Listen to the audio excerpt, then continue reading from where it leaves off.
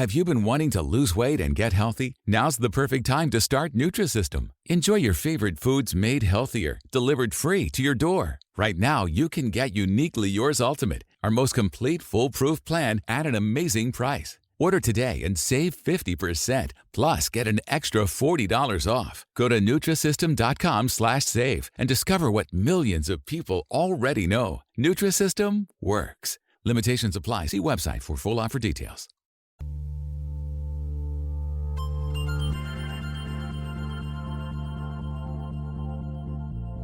One in 4 women and 1 in 6 men are survivors of sexual abuse or assault. That means you or someone you know has survived an external and internal battle for your soul, which most often no one else will ever see unless you tell your story. This is Journey On, Survivors Healing from Sexual Abuse and Assault. My name is DJ Burr, and I'm a survivor. I was molested at 16 years old and raped at 18. I didn't know what surviving looked like back then, but I do now. Join me as I talk with survivors and hear their experience, strength, and hope on the road to recovery. Hear our stories and share your own. You are not alone.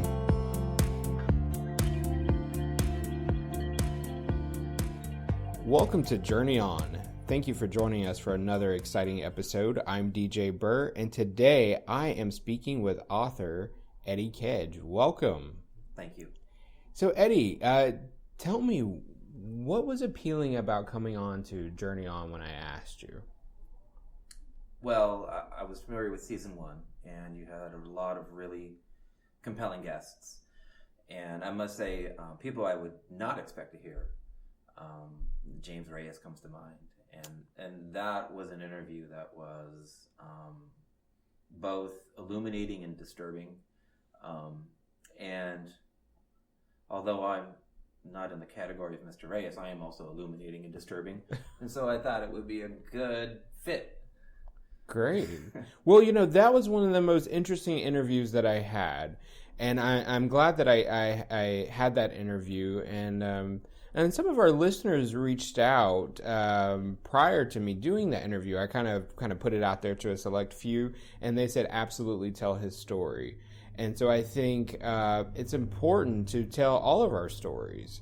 And so I'm glad that you're here today so we can hear a bit about your story and we can have a dialogue about male sexual abuse and how we survive. Yes, exactly. The abuse part is really just the inciting incident. It's the first step in the journey of survival, and I don't get too caught up in the details of each survivor's particular crimes that they've had to endure. Ultimately, regardless of your perpetrator, the net result is the same for all of us. And it's an especially cogent point because I'm actually a 10%er.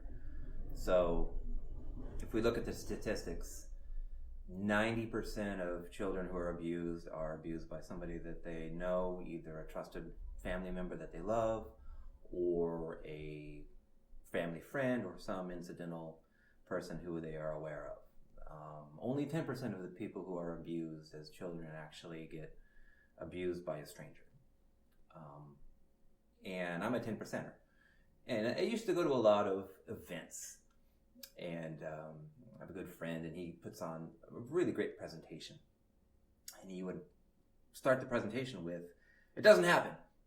If your kid's gonna get abused, look at the creepy uncle, look at the coach, look at all of these people in the kid's life. Those are the people who are going to abuse the kid." And I said, well, actually, it does happen. One out of 10, it does. So I'm a 10%er. But regardless of the outcome, as I said, regardless of the particular details, it's exactly the same alienation, shame, feelings of degradation and worthlessness. Those carry on throughout the male survivor's experience. It has very little to do with the circumstances of the abuse. And what's astonishing to me is when I hear stories of people who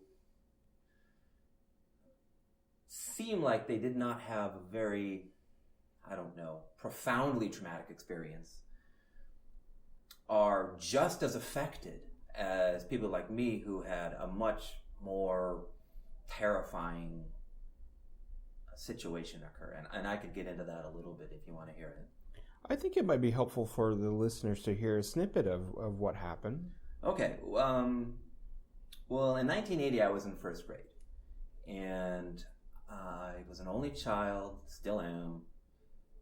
Didn't have a lot of contact with other kids. And was basically raised by my grandmother up until the point when I started public school. A lot of this may sound familiar to people. So you have already a child who's sort of isolated and vulnerable. And as soon as I hit the public schools, I have a bully who wants to kick my ass. And, being raised by a grandmother, not really having a dad, you don't have a lot of social skills, especially dealing with other boys. They're violent, they like to push and shove, and I wanted nothing to do with it. As a matter of fact, when I was a kid, I actually thought being a girl would be way better because they got to play more cooperative games. They weren't constantly trying to loogie each other. They made pretend cookies and pretend ovens, and that sounded like really nice. Like, I want to eat pretend cookies. I don't want to go out and get a wedgie and an Indian burn. I want to hang out with the nice people. And so that was my space where I was coming from. And so the kid comes up to me. I'll never forget him. Blue eyes, toe head, and he looks straight at me. I'm going to kick your ass after school. And I was terrified.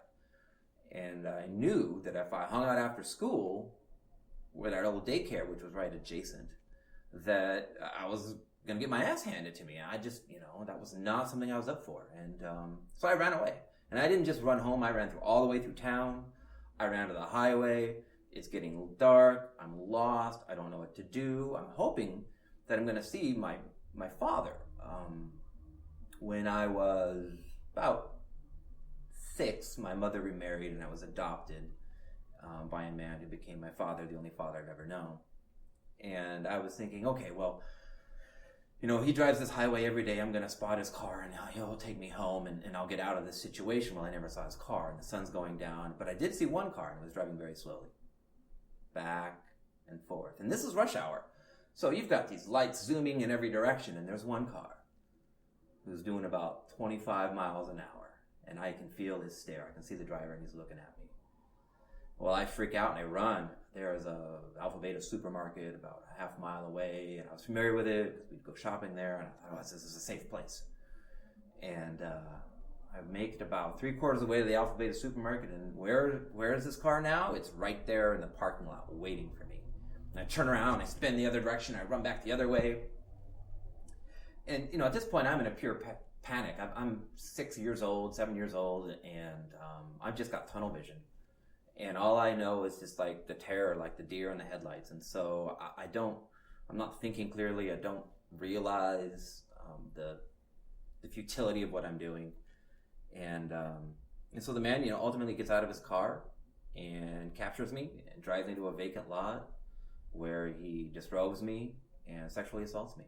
And he leaves me for dead, basically. I felt like I'd been murdered.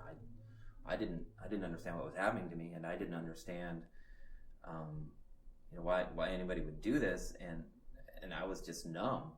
And I'll always remember that before he left, he said, "Kid, I know who you are, I know your parents, I know where you live, don't tell anybody." Well, in most child abuse stories, this is the part where the child never tells anybody. This is the part where the child lives with this burning secret forever and keeps it from his family. In my case, I'd been kidnapped. I was not at the daycare. My parents knew I was gone. They knew there was something that was wrong. And so, sometime later, and I can't tell you if it was an hour or 2 or 4, my father found me wandering. He searched the town looking for me. And this is a small town. Searched the town looking for me, and he finds me wandering up the street. And he takes me home, and of course, then the questions: where have you been? What happened? What did you do? What's the problem? And it was difficult to try and communicate that. For one, when you're just in first grade, you really don't have the language, and 2, I had been a coward. I was running from a bully. And I was not going to tell that story about how I had failed to stand up to a bully and instead done this thing that turned out to be 1,000 times worse. So I was really reticent to sort of tell the story, but the cops were coming and they were asking me all these questions.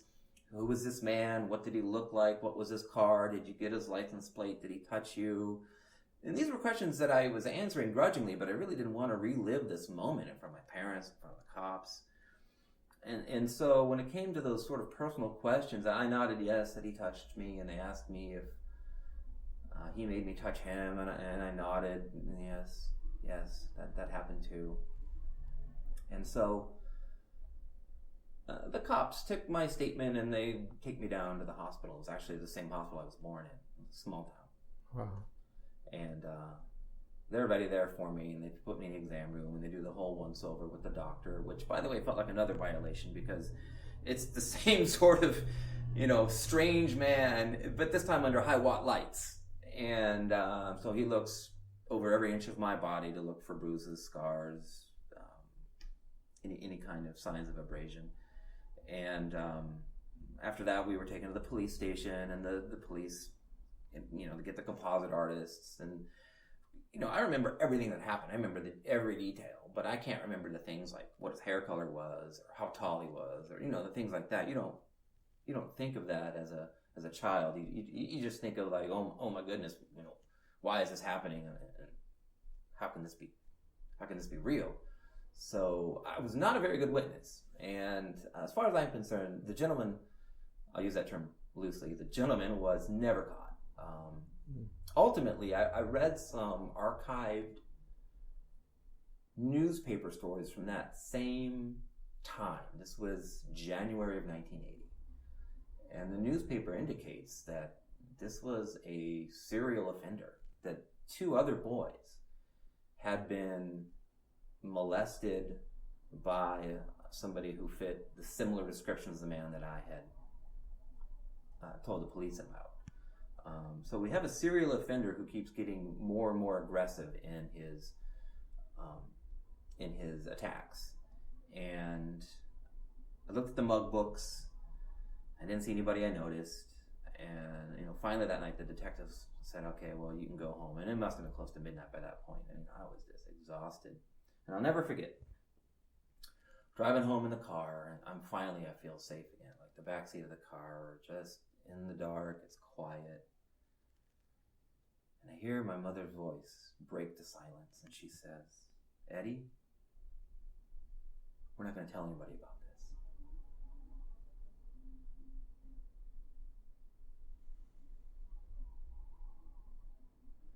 So our stories are often the same. Even when you do tell, you're told not to tell. Wow. So here you are, a first grader, right, who's suffered tremendously, and then you're told not to tell. I just can't. I can imagine what that must have been like for you at such a fragile young age to get that message and having to hold that to internalize that, right? Right, which is why, as I said at the beginning of my remarks, I really don't fixate too much on the individual acts of abuse as, what the responses are by the adults, by the community, what the kid is driven to do, either to cope or to cover up or, to manage. And those are the things where our stories always intersect, and there are so many parallels. And even though I did not have a sexual abuser who was manipulating me and gaslighting me, I had somebody who was basically an advocate of a sexual abuser, emotionally abusing me, gaslighting me. So, obviously this was an extremely traumatic experience. It was a catastrophic trauma. I had the onset of PTSD within the next couple of years, and my mother was actually blaming me for moping, for not having friends, for being alienated. All of the ancillary symptoms of the post-traumatic stress injury, they call it now, were manifesting by the time I was 10. And my mother's answer to me was, well, you need to go out more. You need to play sports. If you were not so bookish and mopey and sat in your room so much, then you'd be a happy person. What's your problem? And so that was basically my experience growing up, was an antagonistic family who blamed me for having the symptoms of trauma. To her credit, she did try and get counseling for me. What she did was she sent me to her marriage counselor. Her and my father had only been married for 3 or 4 years, and they were already in marriage counseling, which tells you something right there. And the marriage counselor, I learned later, didn't want to take me because she knew she was wholly unqualified to deal with a child who had just experienced a catastrophic sex crime. And she didn't, ethically, she didn't feel like she was professionally prepared to take on that kind of a case. But my mother insisted. She said, we have no one else. You have to take this. And so I saw a marriage counselor for sex abuse for a couple of weeks. And I will say that she was absolutely right. She had no business seeing me because it was probably more scarring than it was therapeutic. Mostly because there was this elephant in the room, which is, hey, you just got attacked and sexually assaulted. And I'm told not to talk about it, but I'm dying to talk about it. And it's never brought up. A therapist never brings it up. We talk about these esoteric, tertiary emotions, Let's talk about frustration and disappointment. Again, I'm a... Yeah, you're not in couples therapy. Exactly. But that was her modality. Right, yeah. And so it was really traumatizing to have this couples therapy counselor who wanted to work the systems theory on me for oh man for something where I needed an advocate in the room, and that just didn't happen. She saw me as a stopgap effort, and from then on out, any other time I saw any kind of therapist, it was under the auspices of, my child's a behavior problem, doctor, do something.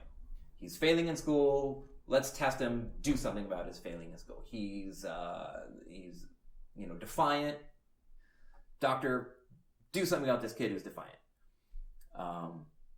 And so all of the therapy that I had was under the assumption that the family was fine and I was broken.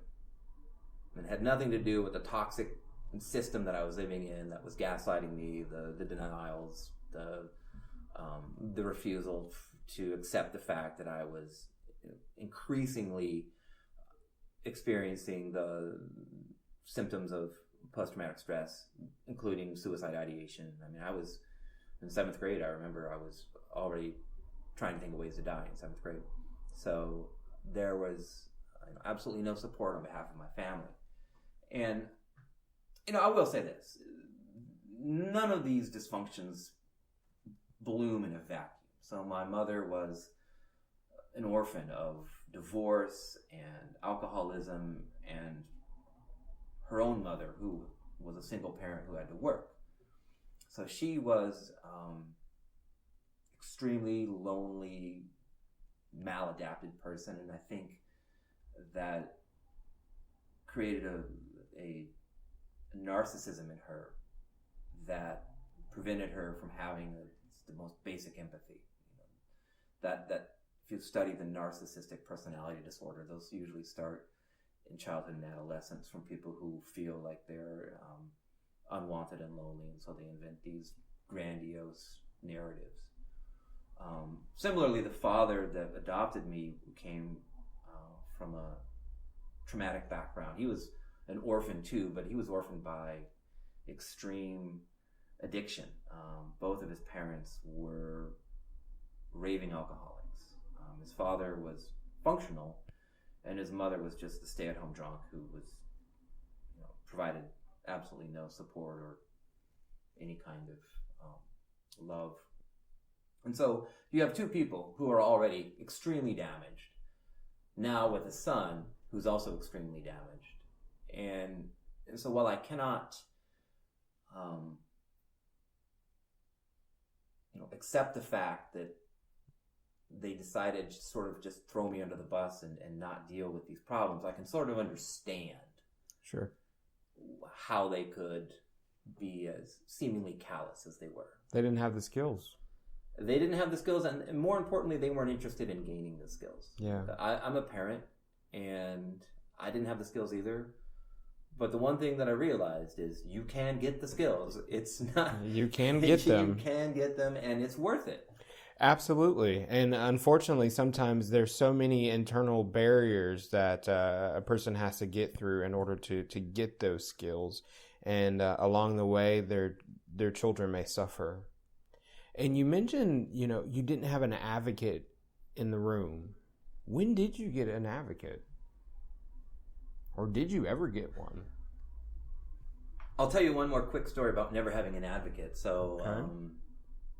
As you might imagine, as a teenager, I descended into pretty deep drug and alcohol abuse. And, I have a therapist now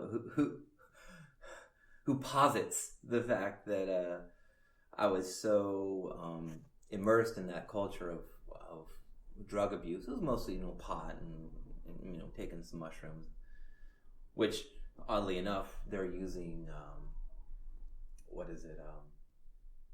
MDMA, ecstasy, for treating things like PTSD. Right. So I was sort of medicating myself in a very advanced, progressive way. That's true. And my therapist said, yeah, it's probably the drugs that were keeping you alive. So I thought that was an interesting take, because for a long time I used to, this was during the Reagan era, and I was down on myself. Losers take drugs. If you want to be a winner, you just say no. And so for most of my life, I've been very self-critical about that episode. I don't take drugs, and I'm not that person anymore who stays out just on benders day after day. But it's a part of my life that I used to be very ashamed of. And now I realize it was actually not so much self-harm as self-preservation, which was an interesting way to look at it. But to answer your question about having an advocate in the room, so I developed this cadre of friends who were advocates for me, and I think because we all had our own sort of intersecting dysfunctions, we had a lot of commonalities. And of course, at this time, no one ever talked about sexual abuse. If you look at the statistics, 1 in 6 boys are abused. So if I'm in a room with 12 of my buddies, at least 2 of us have had a similar experience. I know that now, but of course at the time, I thought I was the only one in the world who'd ever experienced anything even remotely close to this. So that was my first experience, with just having people who were advocates for me. But really, the change didn't come for me until decades later. I dealt with the symptoms of PTSD for close to 35 years, undiagnosed.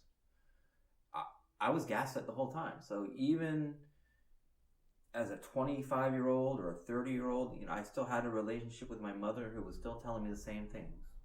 If you would just take responsibility for your life, if you would just quit being so depressed, if you would just find a job, if you would just buck up, you would be happy.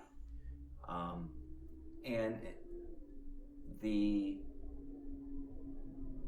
linchpin was the Penn State scandal, the Jerry Sandusky blow up.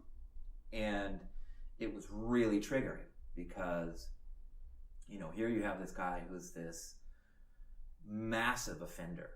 And now this issue is, for the first time in my knowledge, a nationally available discussion. This was not a discussion that was available before. This was not a discussion that I'd seen in public before. And so now we have these people who are coming out of the woodwork talking about how they were abused, and we have experts coming on, talking about things like grooming and talking about all of the insidious things that Sandusky did and the denial at Penn State and, the wholesale refusal to admit what's going on. And I'm thinking this is sort of my family in a microcosm regarding all of these machinations that we'll do to not have to deal with a very, very obvious problem. And so it was really triggering for me. And I was going through some extremely difficult times. And so I finally decided to address this sexual abuse issue that I had been told all my life is not a big deal. You just need to get over. And that's when I found the malesurvivor.org website. And it was a watershed for me. Because here you have this community, thousands of men who are communicating anonymously online, telling their stories, supporting each other, using the various technologies that were implemented. There's a chat room, there's a message board, there's a facet of the website where you just write your whole story without comment, just put it out there, just, to shed yourself of that burden of keeping things quiet, keeping things silent, because that is probably the hardest burden, is maintaining that silence. And so when I got involved with the organization, I was just amazed. It was a watershed, like I said, and I sort of, if you like it a lot. And so I sort of overindulged, and I would stay on it for hours, and 2 o'clock, 3 o'clock in the morning, and my family was like, "You gotta get off the computer."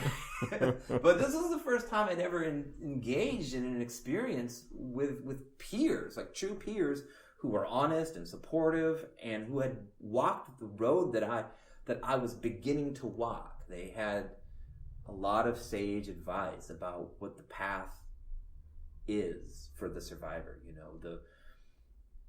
The abuse itself, that's an incident that's awful and horrible.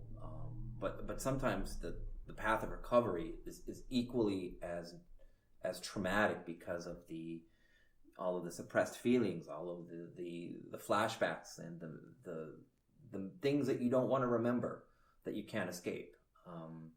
So that becomes in of itself a secondary trauma that you need to cope with. And so that was the beginning of my journey towards healing. I would say that it was a very positive experience for me, and I think that the therapeutic model is not the only model to find a measure of mental health, but therapy is also an important aspect. And in my case, because I'd been to so many bad therapists, at one point, this is getting back to the drug use, at one point my mother says to me, "I'm begging you, just see one more therapist, one more time." So we drive out to his house. He has a home office. And he wants to interview me, not about my emotions or any kind of psychopathologies, but just the mundane behaviors. How much do you drink? Do you ever do this? Do you ever do that? Do you like cocaine? And it was this inventory, and it seemed very strange that a mental health professional, a counselor, would not want to talk to me about my state of mind, but simply my proclivities towards smoking and drinking, and that sort of thing. And come to find out, he was not working for me; he was working for my mother. Right. I was thinking that. Yeah, you weren't. It wasn't about you, and that's unfortunate. Well, that ethical breach basically ruined me on any kind of counseling for the next 30 years. Damn. Yeah.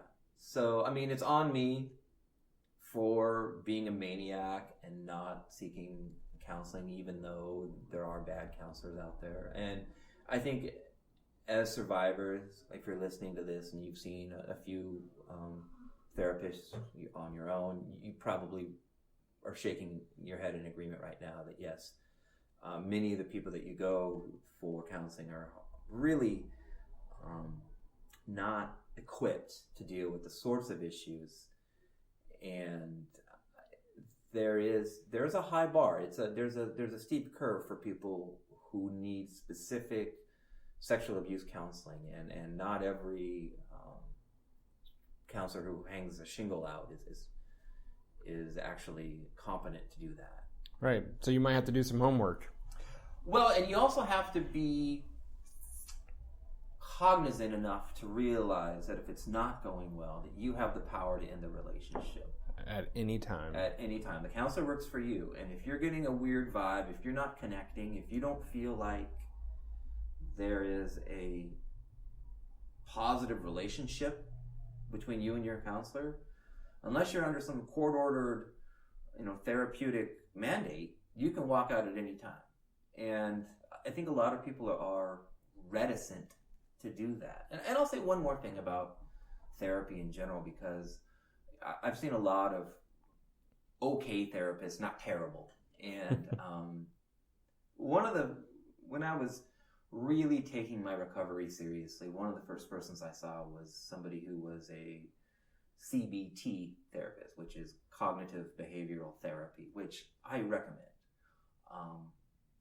But I realized after, about a year, 18 months of CBT, that the counseling relationship had basically fulfilled all that it was ever going to fulfill. I really wasn't going to get a lot more out of this individual. He had one speed, CBT. He was good at it, but there was not any other kind of nuance there. And so everything was always under the framework of a CBT modality. And so if you're in counseling right now, or you're thinking about counseling for issues related to PTSD or sexual abuse, I would encourage you to understand that sticking with an individual who has just one modality is not necessarily going to be beneficial for the long run. And it's okay to explore that. Again, I have a high regard for CBT, and I still use it. It's a valuable tool. And basically, in a nutshell, if you don't know what CBT is, it's basically, it posits the question, well, what if you're wrong about that? So we have all these distorted thoughts. As survivors, we think we're worthless, that we should kill ourselves, that we have a secret that we can never, ever reveal. And CBT asks, well, maybe you're just thinking of it the wrong way. What if you're wrong about those assumptions? Look at the alternative. Maybe you're not as damaged as you want to believe. Maybe you can talk about it. And so it really helps you to unpack thinking that's unhealthy and go to a place where you can see balance and more rational thinking. Because of course, the one thing that trauma does is takes your thinking and it just throws all rationality out the window, and you become very, at least I did, I became very extreme in my behaviors. Yeah, I think a lot of us become very extreme in our behaviors, mostly to try to numb the pain that we're experiencing. Exactly. So that's sort of my little 2 cents about how I found advocates. And I'm still in therapy. I have a female therapist who I like very much, and she's a psychologist, but she does not specialize specifically in things like sexual abuse. Her approach is basically a enlightened version of Maslow's hierarchy of needs, which is often misrepresented as self-actualization as the top. And self-actualization is actually not the top. Connectivity to your community is the top of that hierarchy. And so she really stresses that building of relationships, that building of community. And of course, that's why I'm appearing on the Journey On podcast. And so I didn't thank you before, but thank you so much for having me. You are welcome. Thank you. I think it's important to have these conversations, and I'm all about connectivity. We have to be connected in order to heal.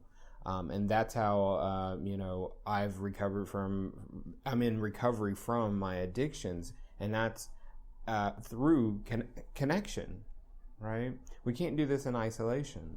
So I'm curious, what other communities are you connected to that help you on your journey? You mentioned Male Survivor. Right. Well, I do a lot of volunteer work. There is a youth shelter here in the city we live in Seattle. And, as you might imagine with somebody who's as traumatized as I was, I basically sunk right to the bottom. So I've been homeless, I've been suicidal, I've, lived in my car, I've been absolutely broke, I've dumpster dived for food, I've had, some of the worst experiences that you can possibly have. And so I'm very passionate about underserved communities like homeless youths who age out of foster care, or who are basically just adopted kids who are kicked out by their adoptive families because they're 18 years old and they don't want to really have to deal with these kids anymore. And a lot of these people end up in the streets. A lot of them are sexual abuse survivors. A lot of them are transgender, and their families reject them for those reasons. And so that's another community that I've connected with because, getting back to the Maslow thing, it heals me. It helps me to go back to this an underserved community and tell my story in small pieces and show them that there is a way out. Like, yes, I was abused. Yes, I was homeless. Yes, all of these things happen to me, like they're happening to you now. But here I am, and I'm 45 years old. I'm doing fine. I have a family. I have stability.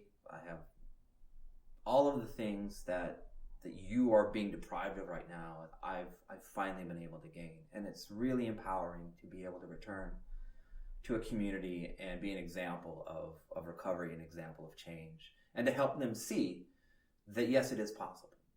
And so that's another community that relationship that I think people often forget about is being in service, not simply being in a support group, but actually doing the work to lift others. So that's something else that I certainly work on. And you're also active on social media. Yes. And I believe that's how I found you. I really appreciate the things that you say on social media. Yeah, I do a blog. You can find all of my stuff at eddiekedge.com. There's a link to my blog. There's also the front page is my story about my kidnapping and sexual assault. It's the actual archive of the paper. And I participate on Twitter and Facebook and Reddit, and I'll shift gears a little bit here because I'm not just an advocate for survivors of sexual abuse. I'm really an advocate for anyone who's struggling with mental health issues. And the more I engage in the wider community, the more I realize that we're basically all saying the same thing. That's true. Be it bipolar, schizoaffective disorder, depression, we're all saying the same thing, which is we all feel isolated, we all feel misunderstood by the larger community of the world outside. We all feel like we're undervalued. We all feel like we have much more that we could give, but people really don't, if you're out, and not closeted about your mental health struggles, people discount you. They feel like you're going to be what's the word I'm looking for? They feel like you're going to be irresponsible in some way, and that you're not going to be able to just be a normal functioning person. And so there's a lot of stigma and a lot of sort of mythology that we're trying to overcome as a community of people who have mental health issues, who want to advance a more positive image for survivors and for who struggle, who are not necessarily traumatized, but who are just dealing with the everyday realities of their mental health issues. So that's something that I spend a lot of time on social media talking about. And that's good. We need more people like you to have these conversations, right? Because we're survivors, right? And no one can take that from us. We have survived. And by sharing our stories, whether it's from sexual abuse or a mental illness, we can help other people get access to resources and provide safe spaces for them to share their experiences. And that's how we heal. Absolutely. And I think just the biggest part of it is legitimizing the discussion. Yes. You know, like I said, this story starts in the 1980s. And so, you know, 3.5, 4 decades later, you know, we are just beginning to crack this door on these issues. And just being out there and speaking on it is really important. And, you know, there's been some high profile celebrities who've written books and been very vocal about it. Carrie Fisher comes to mind, who's a hero. But one of my main points that I want to convey is this is not just an issue for celebrities to discuss. This is, you know, 40 million people in this country have survived childhood sexual abuse. 40 million people. There's a lot of us out there. Yes. So this is not just for the odd celebrity to talk about. This is for the 40 million of us to say this is an impact. This is a thing, and we're not going to be shamed. We're not going to stop because you might feel uncomfortable with this discussion. That's not my problem if you're not psychologically equipped to deal with the things that I've been having to deal with for the past 3 decades. So I really advocate for people who are just regular folks to try and overcome that barrier. And I know because of stigma and the negative reaction that it's very, very difficult for people to want to talk about it. And so that's my main motivation for doing all the social media and writing the book and being as out there as I am with podcasts and all of the other media. I want people to understand that I'm just a regular guy, and it's okay to talk about it. It is okay to talk about it. And I invite the 40 million people to the Journey On podcast, right? It might take me a while to get all of your voices out there, but I will try my best. So if you have a story you want to tell, let me know. Eddie, I truly appreciate your willingness to be here today and sharing your story of hope and survival. I mean, it's very touching, the work that you're doing, especially with Male Survivor. And, I can't say enough about Male Survivor. It is a great resource. I follow Male Survivor on all the social media outlets. I follow Eddie. And so I'm going to post everything, the links to your website and your book and your Instagram, all of that, because I think we all have something valuable to say about these topics. And for all you folks who are listening today, please share the information. And at any time you need to talk, we'll be here. Thanks again, Eddie. Thanks for being on the show. Hey, thanks, CJ. It's been a pleasure. Thank you for joining me for this awe-inspiring episode of Journey On. I invite you to get in touch with me if you want to share your story. You can find me on Facebook and Twitter at DJBurr1022 and on Instagram at TheDJBurr. Survivors are also welcome to join our private Facebook group, Journey On Survivors, at www.facebook.com/groups/JourneyOnSurvivors. And finally, the opinions expressed here are strictly those of the person sharing them. Take what you like and leave the rest. I encourage survivors to share their stories authentically, and I believe every guest on my show has. I value the strength and courage it takes to publicly share our recovery journeys. Please respect yourselves and each other. Till next time, breathe deep and journey on.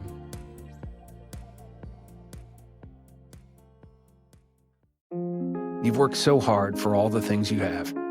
The salary, the status, the success. And with that image, there's a drink. One to unwind, one to loosen up, one to take the edge off. But how do you know when a drink is more than just a drink? We get it. We can help. Karen's Grandview program has been helping accomplished people just like you regain their lives. Talk to us. Visit karen.org/Grandview. It's time for pumpkin flavors and new fall favorites at Dunkin'. And also some tough decisions. Like, do I want a signature pumpkin spice iced latte? A brand new oat milk latte? A new chai latte? Or a pumpkin iced coffee? Oh, and the bakery. Do I want a pumpkin donut or... There are other people behind you in this drive-thru. Oh, I'll just take it all. Okay. It's all the cozy you crave at Dunkin'. Pumpkin favorites and new fall additions, like new creamy without the dairy oat milk lattes and the signature pumpkin spice iced latte, plus more. America runs on Dunkin'. Price and participation may vary. Limited time offer.